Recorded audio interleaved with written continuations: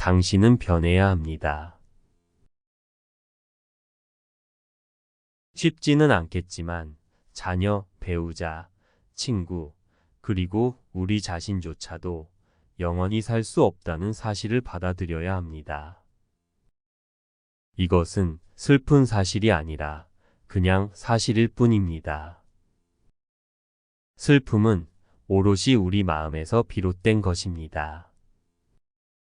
우리에게는 이 사실을 바꿀 힘이 없기 때문에 그렇지 않기를 바란다면 어리석은 생각입니다. 마찬가지로 동료가 이따금씩 짜증나게 굴지 않기를, 정치인이 부패하지 않기를, 부자가 욕심이 없기를 바란다면 어리석은 사람입니다. 그것은 그 사람들의 본성이기 때문입니다. 사람이 본래 모습과 다르기를 바란다면 또한 어리석은 생각입니다. 한편 여러분의 욕구가 좌절되지 않기를 바란다면 판단, 의견, 가치관처럼 뜻대로 할 수 있는 것만을 욕구하도록 훈련하세요. 그 외의 것들은 결코 바라지 마세요. 온전히 우리에게 달려있는 것들만을, 우리가 더 낮게 바꿀 수 있는 것만을 바라면 됩니다. 우리는 어떤 사람이 되고 싶은지 결정해야 합니다. 그리고 결정이 끝났다면 다른 사람이 지켜보는 공공장소에 있을 때나 집에 혼자 있을 때나 똑같은 사람이 되어야 합니다. 그렇게 하지 않으면 스스로에게 이중으로 해를 입히는 꼴이 됩니다.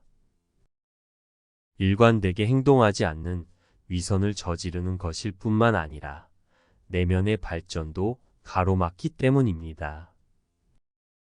우선 말을 아끼세요. 그리고 다른 사람의 말에 귀를 기울이세요. 입은 하나지만 귀는 두 개이니 말하는 시간의 2배를 남의 말을 듣는데 쓰도록 훈련해야 합니다. 말을 할 때는 전달하고자 하는 바를 명확하고 간결하게 표현하세요. 무엇보다 다른 사람에 대해 그 사람이 없는 곳에서 말하지 마세요. 그것이 비난이든 칭찬이든 비교든 아끼세요. 가능하면 의미 있는 주제로 대화의 방향을 돌리세요. 그리고 침묵이라는 선택지가 있다는 것을 늘 기억하세요. 유머 감각은 필요하지만 너무 자주 또는 크게 웃지 않도록 주의하세요. 여러분은 이제 어린아이가 아니므로 위신을 잃지 않도록 해야 합니다. 맹세를 해야 하는 일은 되도록 거절하는 것이 좋습니다. 사물을 스스로 판단할 수 있는 선택지를 남겨야 합니다.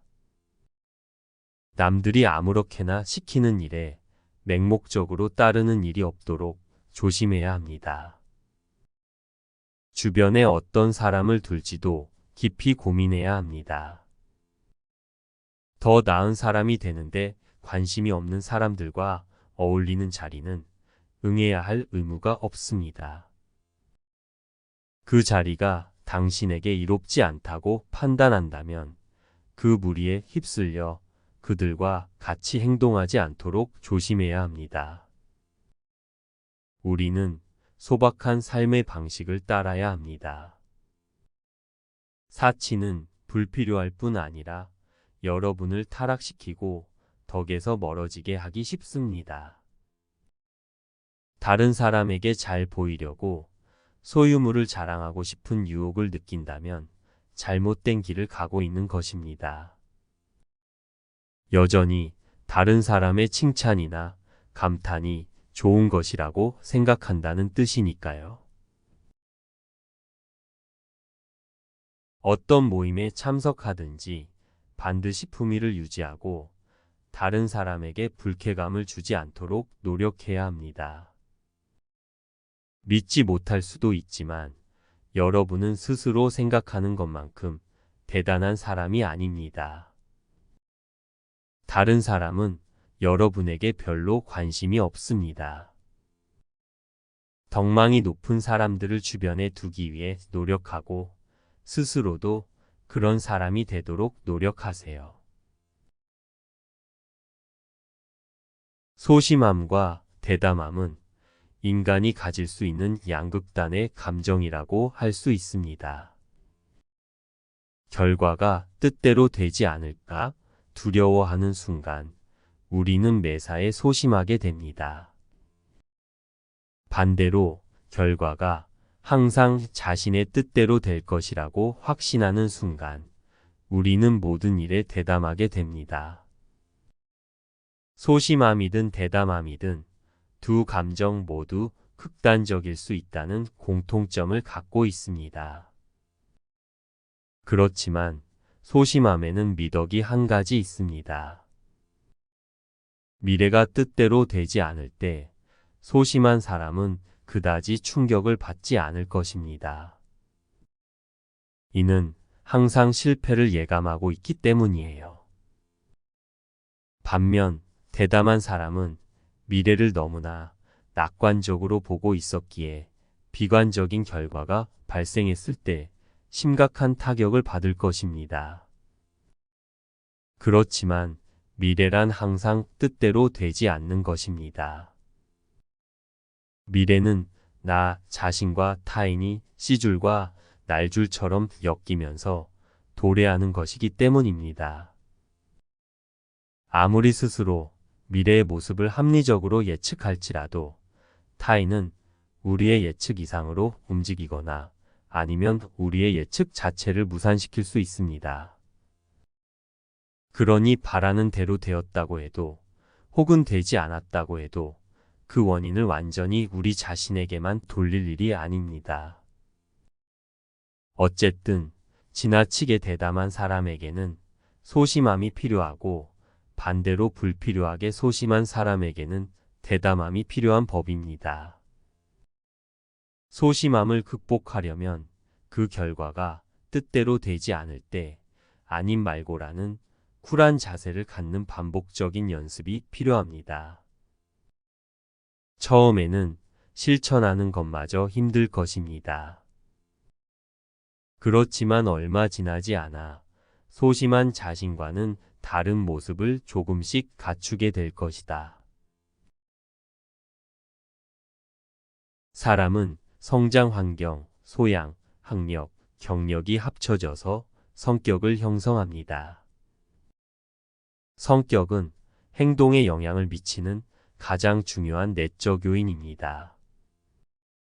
모든 사람이 예의 바르고 상냥해서 서로 화목하게 지낸다면 살기 좋은 세상이 되겠지만 유감스럽게도 현실은 그렇지 않습니다. 누구나 성격적 결함이 한두 가지씩은 있습니다. 어떤 행동 때문에 생긴 여러 가지 문제점을 깨닫고 나면 자신의 결함이 확실히 보일 것입니다. 그렇게 성격적 결함을 인식하고 나면 그 행동과 대응법을 고치기 위해 여러 가지 조치를 취할 수 있습니다. 성격적 결함은 대화할 때 여러 가지 문제를 발생시키는 근본원인이 됩니다. 정상적인 성격은 정상적인 행동을 낳고 비정상적인 성격은 비정상적인 행동을 낳습니다. 성격적 특성은 우리의 말을 유발하며 행동의 토대가 됩니다. 우리의 성격에 깊이 뿌리 박혀 아무리 노력해도 고칠 수 없는 특성들도 있습니다. 하지만 노력해 볼 만한 가치는 있습니다. 긍정적인 성격적 특성들은 성공을 안겨주고 부정적인 성격적 특성들은 실패를 안겨주기 쉽습니다. 대화에서 인격과 성품은 대단히 중요한 역할을 합니다. 존경받는 사람의 말은 중요한 의미를 갖는 반면에 존경받지 못하는 사람의 말은 듣는 사람에게 별다른 의미가 없습니다. 우리는 날마다 많은 말을 합니다. 듣는 사람은 말하는 사람이 어떤 사람이냐에 따라 그의 말을 경청하거나 경청하지 않습니다. 사람들은 성공한 사람들의 말에 좀 더 귀 기울이는 경향이 있습니다. 일상생활 속에서 개인의 성품과 그의 견해를 따로 떼어 생각하기란 굉장히 어렵습니다. 어떤 사람이 제기한 쟁점은 많은 사람의 지지를 받습니다. 그런데 똑같은 쟁점을 다른 사람이 제기하면 거부될 수 있습니다. 개인의 인격과 성품은 그 선택에 매우 큰 영향을 미칩니다. 우리가 동료들의 지지와 존경을 얻는다면 그들은 우리의 말에 훨씬 더 귀 기울일 것입니다. 반면에 동료들의 지지와 존경을 얻지 못한다면 누구도 우리의 말을 귀 기울여 듣지 않을 것입니다. 공격적이고 남을 배려하지 않는 사람은 다른 사람에게 정신적 고통을 가하는 경향이 있습니다. 주로 농담을 잘 던지는 사람들이 그런 성격적 결함을 갖고 있습니다. 무심코 던진 짤막한 농담이나 우스갯소리로도 상대방을 죽일 수 있습니다. 정농담을 하고 싶다면 상대방의 입장이 되어 생각해보고 그런 농담을 들으면 어떻게 반응할지 스스로에게 물어보면 됩니다. 농담이나 우스갯소리가 갖는 문제는 상대방이 거기에 얼마나 예민하게 반응할지 알 길이 없다는 것입니다. 별로 악의 없게 느껴지는 말도 듣는 당사자가 예민하게 반응한다면 좋지 못한 결과를 일으킬 수 있습니다.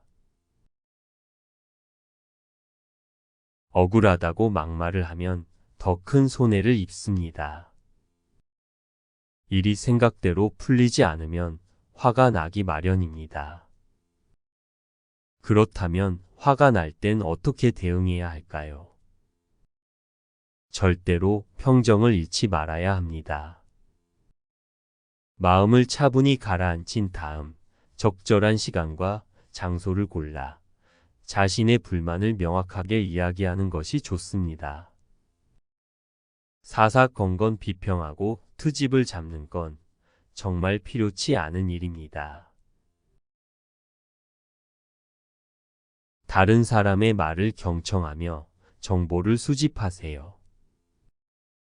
입을 다물고 다른 사람이 하는 말을 하나도 빠짐없이 들어야 합니다. 정보의 조각을 충분히 모으면 퍼즐이 맞춰지면서 진실이 드러날 것입니다.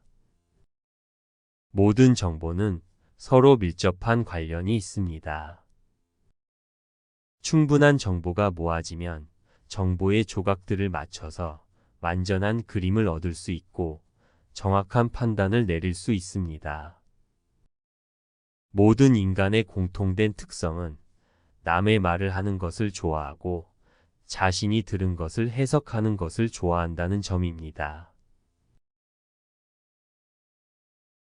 누구나 한 번쯤은 입을 함부로 놀리는 실수를 저지릅니다. 비밀을 누설하고 남의 말을 수군대는 건 인간의 본성이자 단점입니다. 문제는 사람들이 그런 잘못을 저지르면서 즐거워한다는 것입니다. 남의 불행에 관한 소문이라면 더없이 좋아합니다. 그들은 소문을 퍼뜨려서 자기가 피해를 입지 않는 한 남의 불행을 떠들어대며 만족감을 느낍니다. 칭찬의 기준을 낮추면 장점이 보입니다. 긍정적인 화법을 빨리 익히고 싶다면 칭찬을 하는 것이 가장 효과적입니다. 누구나 칭찬할 구석이 없어 보이는 사람도 찾아보면 분명 칭찬거리가 있습니다. 칭찬은 화분의 심은 식물에 햇볕을 쬐어주는 일과 같습니다. 식물은 햇볕이 닿은 방향으로 잘 자랍니다. 사람도 마찬가지로 자신을 향하는 햇볕 쪽으로 성장하는 법입니다. 긍정적인 평가를 받은 사람은 의욕도 상승하게 됩니다. 말의 인상은 표정과 목소리에 따라 완전히 달라집니다. 이때 핵심은 가벼움입니다. 요즘은 너무 무게감이 있거나 진지한 사람을 선호하지 않습니다. 그러니 몸을 늘 가볍게 만들어두는 것이 중요합니다. 지금은 표정과 목소리에 경쾌함을 중시하는 시대입니다. 관계의 시작은 말을 고르는 일부터 시작됩니다. 시대의 분위기는 해마다 달라진다고 할 만큼 격변하고 있습니다. 그 분위기를 받아들이고 말하는 방식을 조금씩 조정해가는 것. 가벼움과 겸손함을 익히는 것. 그것이 바로 인간관계를 원활하게 하는 방법입니다.